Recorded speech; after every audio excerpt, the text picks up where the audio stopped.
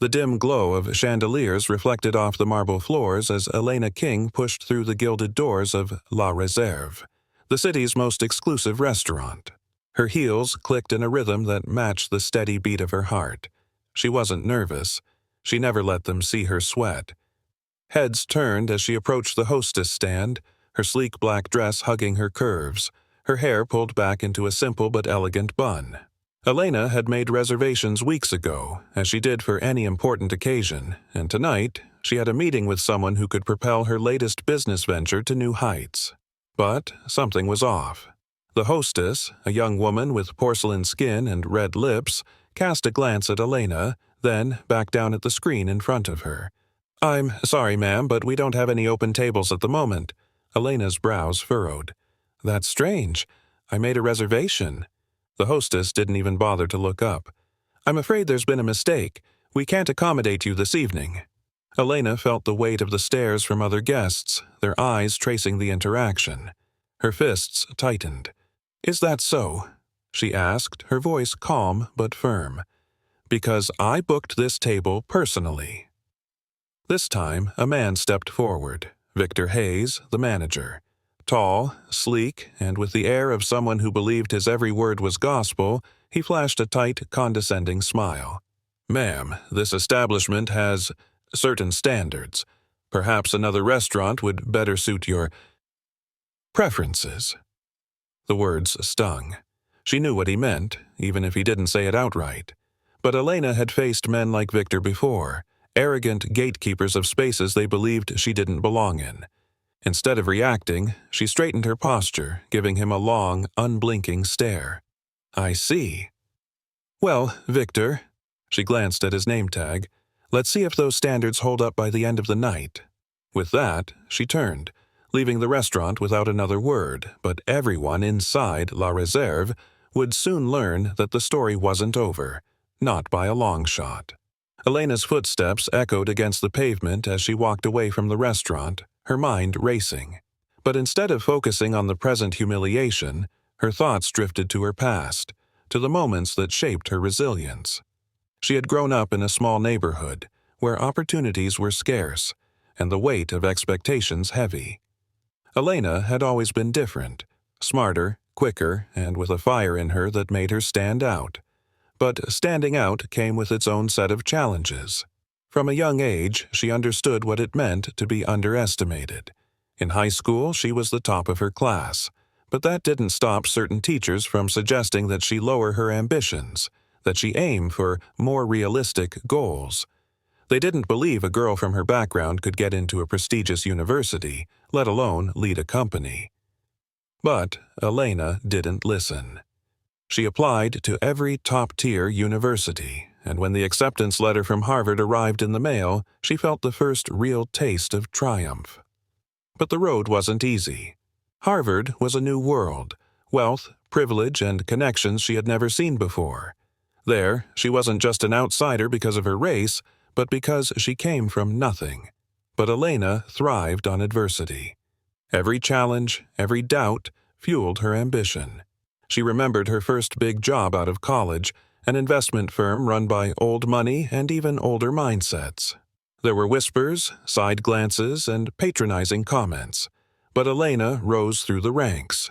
She made smart investments, mentored others, and, soon enough, built a reputation as a force to be reckoned with in the business world.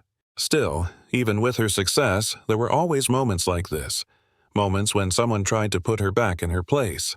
But not this time. This time, Elena would turn the tables. She didn't need to argue or demand. She had power, real power, and she knew how to use it. As she reached the end of the street, she pulled out her phone. It was time to set things in motion. Elena's hands moved swiftly across her phone screen. This wasn't the first time she'd faced a situation like this, but this time, she wasn't going to let it slide. Her first call was to Richard Pierce. Richard was more than just an acquaintance. He was a titan in the world of business, an investor, a board member on half a dozen major corporations, and, more importantly, someone who owed her a favor.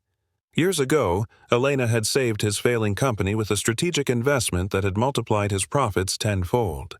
He never forgot it, and now it was time to collect. "Richard," she said when he answered, "I need a favor." There was a pause. "Elena? Anything you need. What's going on?" "I just left La Réserve. I had a reservation, but they refused to seat me." "La Réserve? That's one of my investments," Richard said, his voice instantly serious. "Who did this?" "The manager. His name is Victor Hayes. I didn't make a scene, but I want to send a message. Quietly. Subtly. I need your help." Another pause. Then Richard chuckled softly. "You've always known how to play the game, haven't you? Consider it done. I'll make a few calls." "I'll be back at the restaurant soon," Elena said, her voice calm but edged with determination. "Make sure they know exactly who I am before I walk through those doors again." When she hung up, she didn't feel triumphant yet. This wasn't about revenge for revenge's sake. This was about making sure no one, ever again, would try to deny her based on shallow prejudices. She walked with renewed purpose, her mind already envisioning how the evening would unfold. Victor stood behind the hostess stand, smug and self-assured, as he watched the evening's guests enjoying their meals. He felt a sense of power in controlling who could enter the exclusive restaurant and who couldn't. It was a power he didn't intend to relinquish anytime soon. That is, until the doors opened again, and in walked Elena King. But she wasn't alone this time.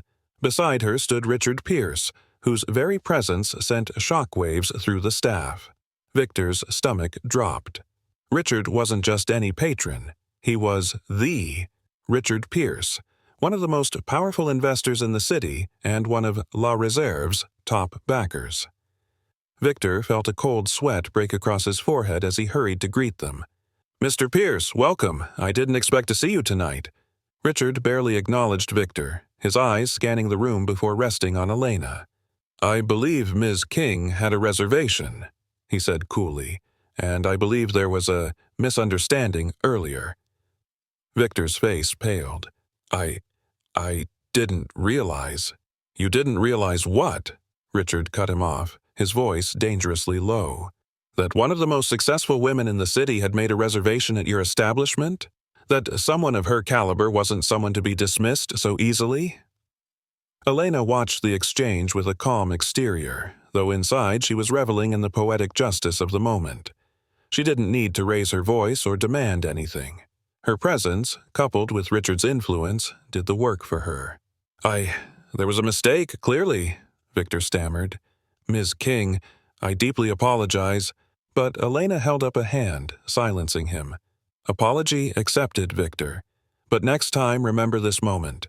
Not just for me, but for anyone who walks through these doors. You don't know who they are or what they've accomplished. Treat everyone with respect." The room was silent. Other diners, sensing the tension, had turned to watch. Elena could feel their eyes on her, but this time, instead of feeling scrutinized, she felt empowered. She had walked in as someone who was dismissed, and now she stood as someone to be reckoned with. Victor nodded, his face flushed with embarrassment. "Of course, Ms. King. Please let me personally show you to our best table." Elena didn't move right away. She let the moment linger. She wanted everyone in that room to understand the gravity of what had just happened. Then, with a slight nod, she turned to Richard. "Shall we?" The murmurs in the restaurant hadn't stopped since Elena and Richard had taken their seats. Victor could feel the stares, the judgment of the patrons and staff alike, and the weight of his actions was crushing down on him. He had never imagined this night would end like this. His arrogance, his need to maintain control over the restaurant's exclusive reputation, had backfired spectacularly. Not only had he offended one of the city's most successful women, but he had also angered a key investor. Richard's presence at the table with Elena sent a clear message to everyone. They were equals in power and influence. Victor had misjudged, and now he was paying the price. As he approached the table to offer complimentary drinks, his hand shook slightly. "Ms. King, Mr. Pierce, I've arranged—" "You've done enough, Victor," Richard interrupted, his voice carrying across the room. "Ms. King and I will enjoy our evening, and I suggest you think long and hard about how you conduct yourself moving forward. Consider this your final warning." Victor swallowed hard, nodding quickly before retreating. Elena watched him leave, her expression unreadable, but inside, she felt a quiet satisfaction. The buzz in La Réserve that night would echo for days. Word of Elena King's entrance and her composure in the face of discrimination spread like wildfire. It wasn't just about what happened that evening. It was about what it symbolized. The restaurant's usual crowd was composed of the elite, people who thought themselves untouchable. But Elena's return had shifted the balance of power in a way they didn't expect. As she sipped her wine, her eyes scanned the room. She could feel the eyes on her. The same people who had stared at her as if she didn't belong now looked at her with curiosity, maybe even admiration. It wasn't about showing off or seeking validation. It was about standing tall in a world that too often tried to shrink her down. Richard, sitting across from her, leaned in. "I have to say, you handled that beautifully. You didn't just win, you made sure they knew exactly why they were wrong." Elena smiled slightly, but there was no gloating in her voice. "It wasn't about them knowing I was right. It was about making sure the next person who walks through those doors, someone who doesn't have my connections, doesn't face the same thing." Richard nodded, understanding the deeper meaning behind her words. "So, what's the next move?" Elena thought for a moment, setting her glass down. La Réserve is a symbol of exclusivity, but that's just the problem. They think exclusivity means keeping people out. I'm going to make sure that changes. The next day, Elena met with Richard's legal team and PR consultants. Together, they crafted a plan that would force the restaurant to confront its biases and reframe its image. Elena wasn't out for revenge. She was out to set a new standard, one that every high-end establishment in the city would have to follow. Back at the restaurant, the fallout from the previous night had begun to take its toll. Victor Hayes, who had spent years cultivating a reputation as a gatekeeper for the wealthy and powerful, is now under immense pressure. The incident with Elena King had already started to circulate in business circles, and whispers of bad press were growing louder. That morning, the owners of La Réserve called an emergency meeting. Victor entered the boardroom with a heavy sense of dread. He could already tell from their expressions that this wasn't going to end well for him. "Victor," one of the owners began, her voice cold and sharp, "do you realize the magnitude of the situation you've created?" Victor fumbled with his words, trying to explain that he was just enforcing the restaurant's standards, but the owners weren't interested in excuses. "We've had multiple calls from some of our most valued investors," another owner said, "and the city's biggest news outlets are already sniffing around for a story. Do you understand what happens to an establishment like ours if we get labeled as discriminatory?" Victor's heart raced. You've put this restaurant in jeopardy," the first owner interrupted. "We built this place on an image of exclusivity, yes, but not exclusion based on race, gender, or anything else." The silence that followed was suffocating. Victor knew what was coming next. "You're fired, effective immediately," the owner said coldly. "Pack your things and leave the premises by the end of the day." Victor stood frozen for a moment, his entire career crumbling before his eyes. But there was no fighting it. He had crossed a line that he couldn't come back from. Elena hadn't expected such swift action, but when the news of Victor's firing reached her, she wasn't surprised. This was the beginning of something bigger. She hadn't just aimed to take down a single manager, she had aimed to take down a system of discrimination that had been built into the foundations of places like La Réserve for years. That evening, she sat in her office, surrounded by the soft glow of city lights. Her phone buzzed with messages from colleagues, friends, and even strangers. They all had the same message. What she had done wasn't just about a restaurant. It was about changing the way people saw power and privilege. But there was more to do. Elena wasn't finished yet. The next morning, she called a press conference. Every major outlet was there, eager to hear from the woman who had not only faced discrimination head-on, but had also sparked a movement that was gaining momentum. Standing at the podium, Elena's voice was steady and powerful. What happened to me at La Réserve was not an isolated incident. It's part of a larger problem, a problem that exists in boardrooms, restaurants, offices, and across industries. The idea that power and privilege are reserved for a select few must end. It's time for a new standard, one that includes everyone, regardless of race, gender, or background.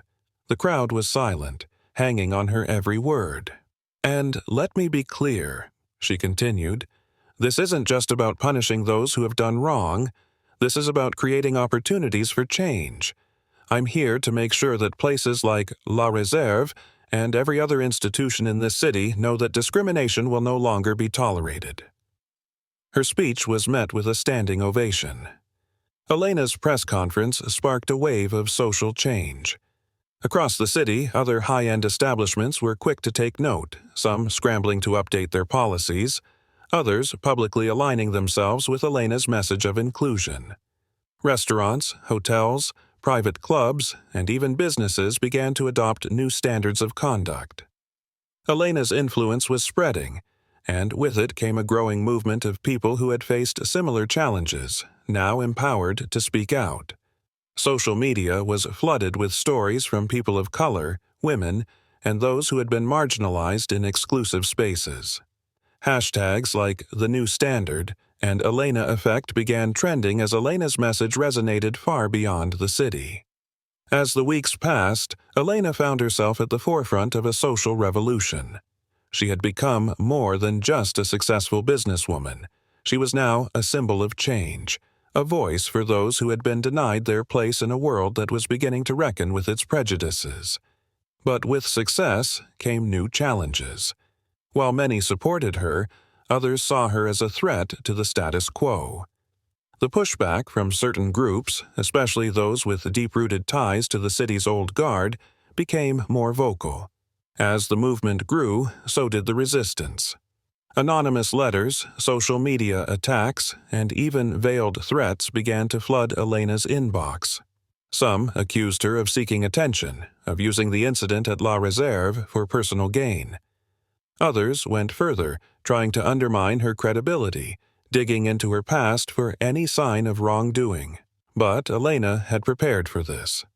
She knew that disrupting a system built on privilege would come at a cost.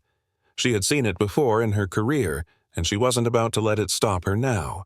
Her closest allies, including Richard, stood by her side. "This is just the noise before the change," Richard told her one evening over dinner. "They're afraid of losing what they've always had, but you've already won. The tide is turning." Elena smiled, though she knew the road ahead wouldn't be easy. She had started something much bigger than herself, and now it was about more than just her victory. It was about sustaining the movement. The night air was thick with anticipation as Elena stood in front of the massive ballroom, the lights from the grand chandeliers illuminating the space. This was the night. Her night. It wasn't just another gala or award ceremony. Tonight, she would address not only the room full of elite guests, but the world watching from every screen and live stream. The New Standard initiative had grown into something she never could have imagined, an unstoppable force that reached beyond her city, beyond the industries that once tried to shut her out. But with that power came enemies she hadn't anticipated, enemies who thrived in the shadows, waiting for the right moment to strike. As Elena stood at the podium, she could feel eyes on her, both in support and in quiet resentment. She knew this was more than just another speech. Tonight would set the tone for the next battle, one that hadn't fully shown its face yet. Her voice was steady as she began to speak. When we started the New Standard, it was a simple idea, an idea that everyone, no matter their background or race, deserves a seat at the table. But it's become more than that. It's become a movement for those who have been denied, ignored, and silenced. The audience was silent, waiting on her every word. But in the far corner of the room, something shifted. A glint of movement caught Elena's eye. Her instincts kicked in, but she continued, her gaze steady. "We're not done," she said, her voice hardening. "This movement isn't just about me or about one restaurant or one city. It's about everyone who has ever been told they don't belong. And to those who stand in the way of progress, let me say this: change is coming, and you can't stop it. There it was again. Another shift, closer now, someone moving toward the back of the stage. Elena kept her calm, her pulse quickening as she reached her final words. "I've faced challenges before," she said, her voice rising, "but every time I've come back stronger. And for those of you who think you can stop this movement—" Suddenly, the lights flickered. Gasps rippled through the crowd as the room plunged into darkness. Elena paused, her breath steady. In the blackness, she could hear whispers, the rustle of movement, and the feeling of something heavy approaching. But she didn't panic. She had been here before, on the precipice of chaos, where the stakes were highest. A single spotlight flickered back on, casting a harsh glow on her face. The room fell silent again, tension thick enough to cut through. "I'm still standing," she said, her voice a low, confident growl, "and I will always be standing." Just as she spoke, the ballroom doors slammed open, and in walked a figure, tall, commanding, with the kind of presence that instantly shifted the energy in the room. The crowd turned, some whispering, others holding their breath.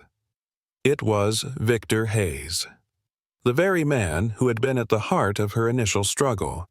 But this wasn't the same arrogant restaurant manager from before. His face was pale, his movements stiff as he made his way toward the stage. People murmured, some stunned to see him back after his public downfall. Elena felt the air thicken. This was the twist no one had expected. Had he come to disrupt her? To challenge her victory? The crowd was on edge, hanging on the unfolding scene, unsure of what would happen next. Elena, calm and composed, locked eyes with Victor as he approached the podium. For a brief moment, everything seemed to freeze. The tension was palpable, a quiet storm waiting to break. The audience leaned forward, breaths held in anticipation. Would Victor try to reclaim his place in the world that had cast him out? Would this night end in another confrontation? But then, in a move that shocked everyone, Victor stopped just short of the podium, bowed his head, and extended his hand. "Elena," he said, his voice low and clear, "you were right about everything." Gasps echoed through the ballroom. No one had seen this coming. Elena, unfazed, took a step forward, her hand outstretched. But she didn't take his hand. Instead, she looked directly into his eyes and said, "This isn't about being right. This is about making things right." Victor hesitated, then slowly nodded. "I want to help," he said quietly. The room buzzed with confusion, disbelief, and shock. Was this genuine? Was this the beginning of something new? Or was it a ploy? Elena's eyes narrowed, and after a long pause, she spoke again. "We'll see." With that, she turned back to the crowd, leaving Victor standing behind her, unsure of his next move. The next morning, headlines were ablaze with the events of the gala. Victor Hayes' unexpected return had thrown everyone into a whirlwind of speculation. Was he sincere in his offer? Or was there more to the story that hadn't yet unfolded? Elena sat in her office, the soft morning light filtering through the windows. Her phone buzzed with calls from reporters, business leaders, and even government officials. Everyone wanted to know what would happen next. But Elena wasn't ready to answer those questions. Not yet. Because, deep down, she knew this was only the beginning. There were still forces working against her, still people who thrived on maintaining the status quo. And while Victor's gesture might have been sincere, there were others like him waiting in the shadows. She stood from her desk, looking out over the city. The fight wasn't over, not by a long shot. There would be more challenges, more unexpected twists. But one thing was certain. Elena King would always be ready, and the world wasn't prepared for what came next. If you were captivated by Elena King's powerful journey of resilience and triumph, don't stop here. Be part of the movement by sharing this story with others who need inspiration. Hit that like button, subscribe, and turn on notifications so you don't miss out on more stories of empowerment and change. Together, we can amplify voices like Elena's and keep pushing for a world where everyone has a seat at the table. And remember, this is just the beginning. Stay tuned for more stories that will leave you on the edge of your seat. Comment below your thoughts and let us know what you think Elena's next move should be.